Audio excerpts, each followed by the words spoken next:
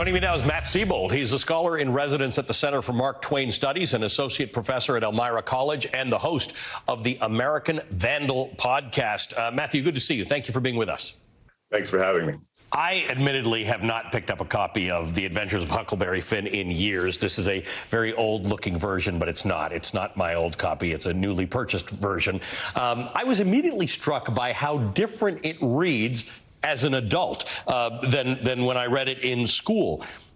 The overarching message in the book is much more evident when I read it now, which begs the question, does it make sense for high school students to read this book? I think that's an excellent question. And as with most things, I feel like it's the kind of question that should be left to particular schools and particular teachers and, who know the most about their students, their classrooms, what they're ready to teach and what their students are ready to handle. I think undoubtedly, and we can get into the details of this, but I will simply say there was an effort in the mid-20th century to, Jonathan Iraq calls it hyper-canonization, right? To get Adventures of Huckleberry Finn specifically into classrooms at the high school level, at the college level, and even at the junior high level, right? There was something about this work that politicians and public figures were very eager to sort of force upon American students. And there are a lot of reasons for that. But I think that one of the reasons why we have problems with the book now is because it is sometimes or was sometimes force-fed to students, maybe students who weren't ready for it, right? Here's something interesting, though. You mentioned the fact that this shouldn't be seen through the lens of being about post-racial America. It absolutely wasn't. It was about racial America and racist America. So let's discuss the language here. It goes without saying that the N-word is deeply offensive to us. It's uncomfortable to see it in print so many times. Conversely, many people laud Mark Twain for using the language of the time period and being arguably authentic in the voices. What's your take? So I think far too often we lean simply on the sort of product of his time's defense, right? That Twain was merely reproducing common usages of 19th century border South citizens. And that this is where I think we go wrong, could not foresee the stigma that the N-word would accumulate in the centuries following the novel's publication. I don't think that's true. I think Twain absolutely understood that the N-word was a dehumanizing epithet, that it was a term of derision. And I think that's evident in how it's deployed in Huckleberry Finn. A critic, David Sloan, has explored how Twain uses it to signal the racism of otherwise kind people that Huck and Jim meet along the way. And I think more importantly, Huck's own use of the word fluctuates as he moves back and forth between embracing the white supremacy that's all around him and embracing Jim as his one true friend whose humanity and even nobility is evident in their daily interactions, right? And if you look at those invocations closely, you'll notice that oftentimes he uses it when he's struggling with the idea of Jim as property, when he's struggling with his own sort of moral compass and the possibility that he is losing touch with, with the broader society. He will, fluctuate back into using the N-word over and over again. But then when he's thinking about the things that Jim has done for him and the things that they've gone through together, he doesn't usually use the word, right? He uses other terms and more humanizing terms and uses Jim's own name, right?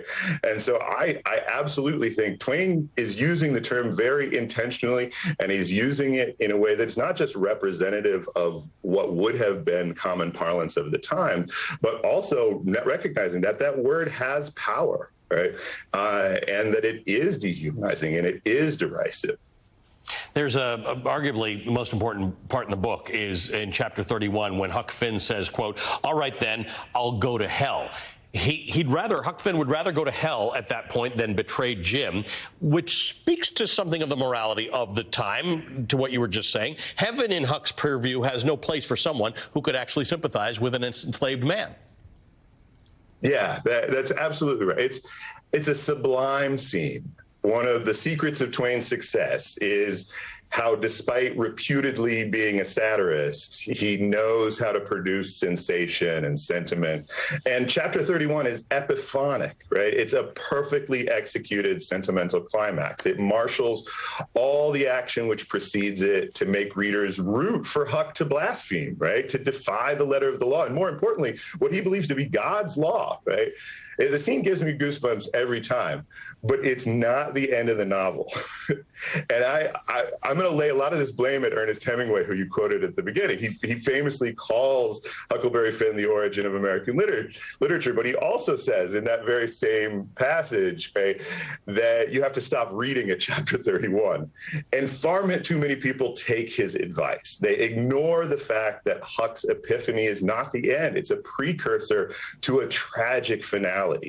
Yes, this young man overcomes, at least temporarily, his prejudice, and that's a beautiful thing. But anti-racism is not simply a matter of winning the hearts and minds of individuals. Anti-racism requires changing laws, institutions, systems, power structures. Mark Twain's philosophy of human nature is that individuals are products of their environments, their associations, their material conditions. Huck Finn is at the very bottom rung of society. He's just one or two stratums above enslavement himself. What can he do about anything, right? He has this great epiphany, and there's no denying that in that moment, he's committed to making good trouble. But bringing about a society he wishes rather than the one he has, but he just gets bowled over by Tom Sawyer and the Phelpses almost immediately. It doesn't even take a judge or a deacon or a senator. His will to power is crushed by a slightly better off adolescent orphan. Right? Huckleberry Finn's not a hero. Right? There are no heroes. He says he's ready to go to hell, but 2 chapters later, he's resigned to being Tom Sawyer's sidekick again, while he tortures Jim for entertainment. And I'm sorry, but that's Mark Twain's America, right? That's what Twain saw in Missouri and Mississippi in 1881. That's what he heard Douglass saying on Emancipation Day. 1 million dead soldiers and a decade of half-hearted Reconstruction. And the Huckleberry Republicans were like, I'm sorry, Black people, you're on your own. Have at 'em, Tom.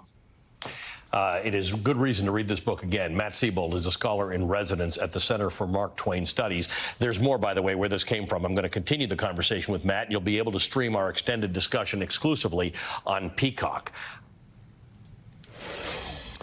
That does it for me. Thanks for watching this morning. Allie will be back next weekend. You can watch VELSHI every Saturday and Sunday from 8 to 10 a.m. Eastern. And make sure to join us tomorrow morning on MSNBC as MSNBC marks 100 days to the midterm elections with 2 special shows. The Morning Joe team kicks things off at 8 a.m. Eastern. And at 9 a.m., Jonathan Capot offers his own special take on what's at stake in November. You won't want to miss it.